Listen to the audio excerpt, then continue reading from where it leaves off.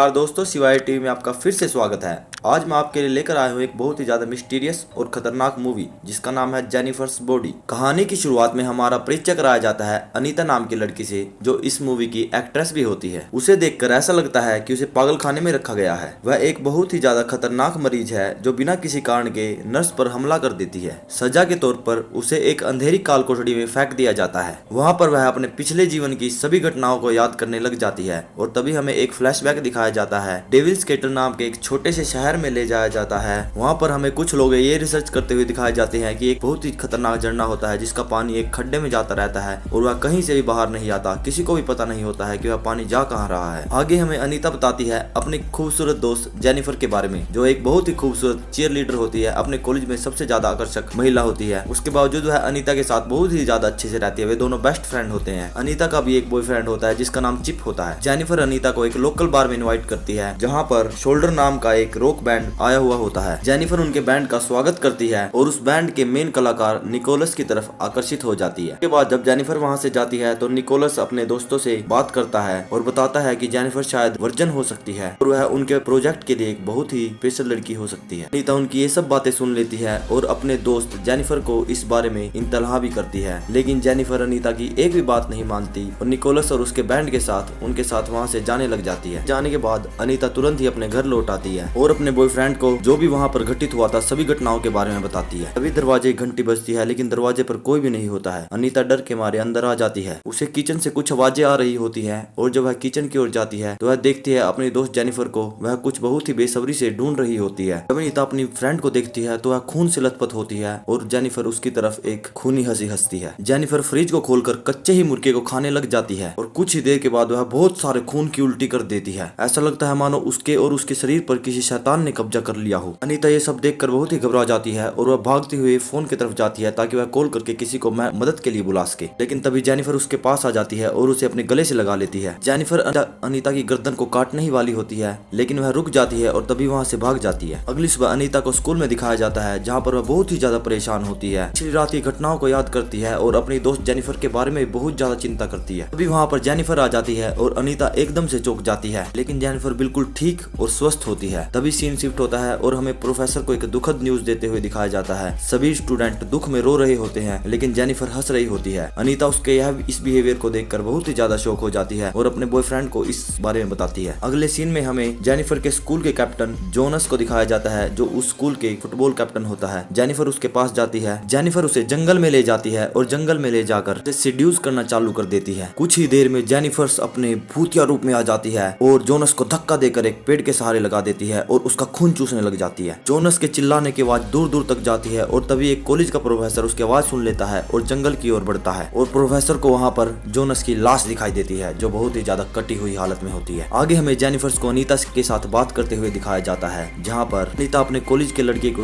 मरने की खबर को सुनकर बहुत ही ज्यादा दुखी होती है और जेनिफर कहती है कि लाइफ इन सब के लिए नहीं बनी है, इन सब चीजों से बाहर आओ। और इन्हीं बातों के बीच में वह अपनी जीप को एक लाइटर से जलाने की कोशिश करती है, लेकिन उसको कुछ भी नहीं होता है, कोई जलन महसूस नहीं होती है। अनीता अपने बॉयफ्रेंड से मिलती है और उसे इस खबर के बारे में पता चलता है और वह बहुत ही ज्यादा शॉक हो जाती है। आगे हमें 1 महीने के बाद का सीन दिखाया जाता है, जहाँ पर अनीता और बाकी के सभी स्टूडेंट खुश नजर आ रहे होते हैं। जेनिफर बहुत ही ज्यादा उदास और मुरझाई हुई दिखाई देती है। जेनिफर और अनीता अपने कॉलेज के कॉरिडोर में चल रहे होते हैं। तभी एक कोलिन नाम का लड़का जेनिफर से डेट के लिए पूछता है। जेनिफर उसे हाँ कर देती है और अपने घर का एड्रेस देकर उसे अपने घर पर बुलाती है। कोलिन जेनिफर की दी हुई लोकेशन के पास जाता है। उसी टाइम हमें अनीता और चिप को एक दूसरे के साथ रोमांस करते हुए दिखाया जाता है। जब कोलिन जेनिफर के दिए हुए एड्रेस की तरफ पहुंचता है तो वह देखता है कि सारे के सारे घर बंद पड़े हुए होते हैं। सिर्फ एक घर होता है जिसमें लाइट जल रही होती है। थोड़ी सी हिचकिचाहट के साथ उस घर में घुसने की कोशिश करता है। वह घर के अंदर चला जाता है। तभी जेनिफर पीछे से आती है और अपने कपड़े उतारने शुरू कर देती है बिना किसी हिचकिचाहट के। वह कोलिन को किस करने लग जाती है। पहले कुछ मिनटों में कोलिन को बिल्कुल भी पता नहीं होता है कि उसके साथ क्या होने वाला है। तभी कोलिन जेनिफर की आंखों को देखता है और वह एक खतरनाक और रहस्यमय तरीके से बदल रही होती है। कोलिन डर जाता है, लेकिन जेनिफर एक खतरनाक राक्षस में बदल जाती है और कोलिन को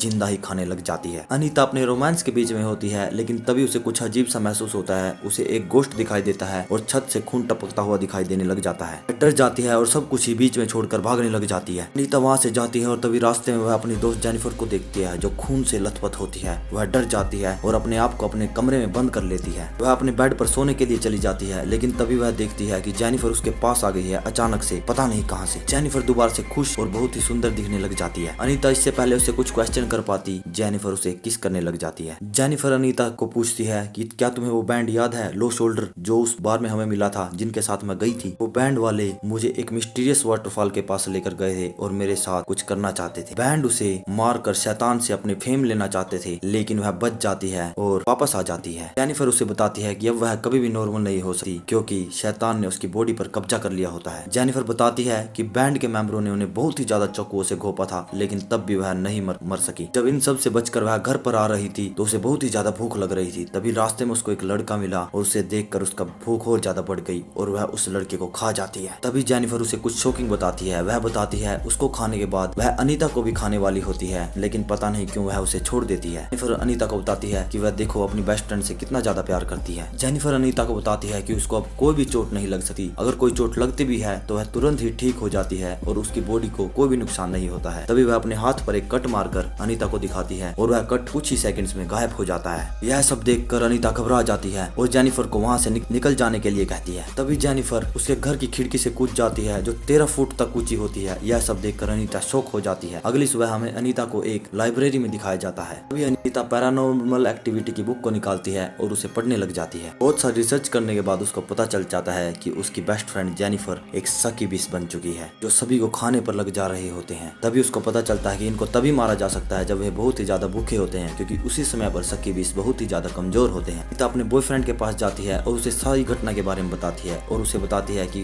कैसे हम अब जेनिफर को ठीक कर सकते हैं। चिप अनीता को कहता है कि वह पागल हो चुकी है और उसे अपना इलाज कराना चाहिए, ऐसा कुछ भी नहीं होता है। चिप अनीता की सभी बातों को नजरअंदाज कर देता है और वहां से निकल जाता है। अगली सुबह अनीता अपने कॉलेज के प्रोग्राम में जेनिफर का इंतजार कर रही होती है। स्कूल फंक्शन को अटेंड करने जा रहे चिप को रास्ते में जेनिफर मिल जाती है और वह उसे पकड़कर एक कोने में ले जाती है। जेनिफर चिप को उल्टी पट्टी पढ़ाती है और उसे एक कोने में पूल में ले जाती है और उसे किस करने लग जाती है। अभी हमें स्कूल की पार्टी में अनीता को दिखाया जाता है जो बहुत परेशान होती है, क्योंकि जेनिफर अब तक वहां पर पहुंची नहीं थी। अभी उसे एहसास होता है कि चिप भी अब तक पार्टी में नहीं आया है और यह देखकर वह बहुत ही ज्यादा घबरा जाती है। वह भागती हुई चिप के घर पर जाती है। वहां उसे पता चल जाता है कि चिप तो वहां से कभी का निकल चुका है। वह भागती हुई चिप को ढूंढने के लिए लग जाती है। भागती भागती उसी पूल के पास चली जाती है जहां पर वह देखती है कि जेनिफर उसके बॉयफ्रेंड को खा रही होती है। अनीता पूल में कूद जाती है और अपनी बेस्ट फ्रेंड से लड़ाई करने लग जाती है। वह उसकी आंखों में पेपर स्प्रे डाल देती है। जेनिफर और अनीता लड़ाई करने लग जाते हैं, लेकिन जैसे ही जेनिफर अनीता को नुकसान पहुंचाने वाली होती है, चिप एक पूल की डंडी से